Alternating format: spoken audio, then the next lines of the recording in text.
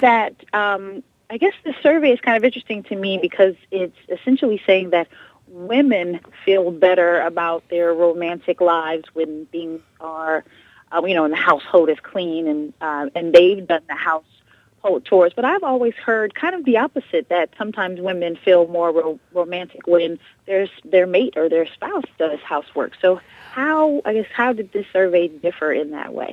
Well, that's really interesting because I actually, and there's this funny little survey on the Liquid Plumber Facebook page that says, what kind of housework warrior are you? I'm actually a Duchess of DIY because I prefer to take care of household problems because I think I do it better than my spouse. So I don't think I'm alone in that. It said like 65% of women actually feel that way.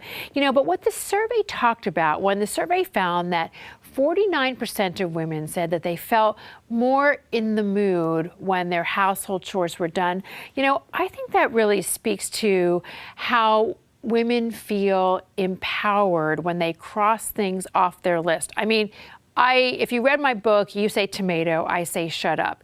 I've been married for 16 years. Both of us work. We're parents. We have carpool. We have 70-year-old plumbing. We've got a lot going on.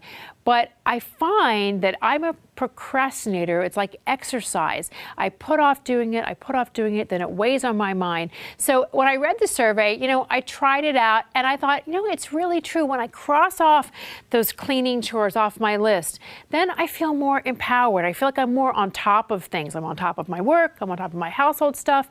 And then I have more time to feel sexy. It really makes sense. I just hadn't thought of it before. You make a very good point, and I can see, because I definitely can appreciate when my to-do list is when it has those nice cross marks through things rather than everything. I'm a total list maker like that. I just get so much pleasure out of that. But I don't always think to do that. You know what I mean? It's funny, like we forget those things. So this survey really sort of jogged my mind to that. And then there was another thing in this survey that I thought was really interesting.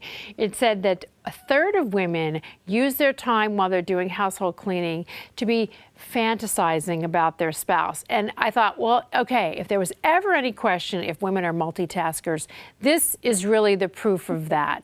And again, I think it really speaks to women being empowered, that we can even talk about that. And I guess that, the truth is, I actually get some of my best ideas while I'm cleaning. So if you're not part of that 1/3, I think you should really give it a try. Well, that's a really good idea, and I definitely can see that, how your brain can kind of drift while you're doing things like cleaning, and you can be fantasizing about a lot of different things. But with everyone being so busy, like you said, you and your husband, you both have jobs, you have carpool, you have, everything, a lot of things going on outside of the home. What are some ways that women can start kind of crossing off those home cleaning things on their to-do list and having that time to kind of think about what they would do once their house is clean? Like, how can they set aside the time to get those things done so they can feel romantic?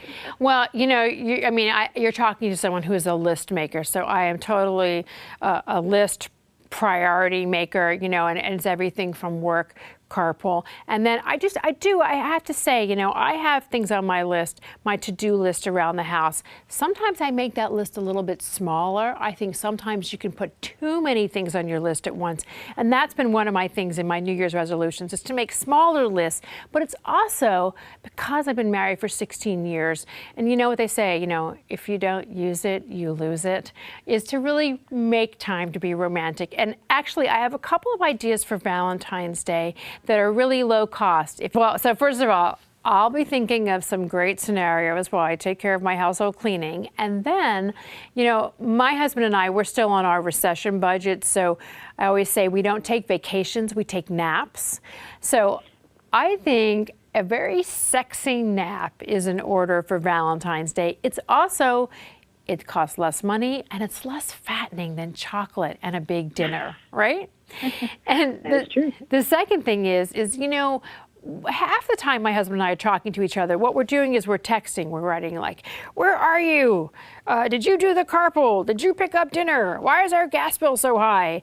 I mean, no one has ever saved a text that says, I'm stuck in traffic, right? So this year, I'm going to write my husband a love letter. You know, we used to do this, and then we just haven't done it lately because we're just always on some technology. So a love letter, taking the time to do that, I think really goes a long way as we spend more and more time on our computers. And it costs you nothing. So a sexy nap and a love letter, I think those are two really good suggestions for Valentine's Day that are really personal and that are also, you know, very affordable.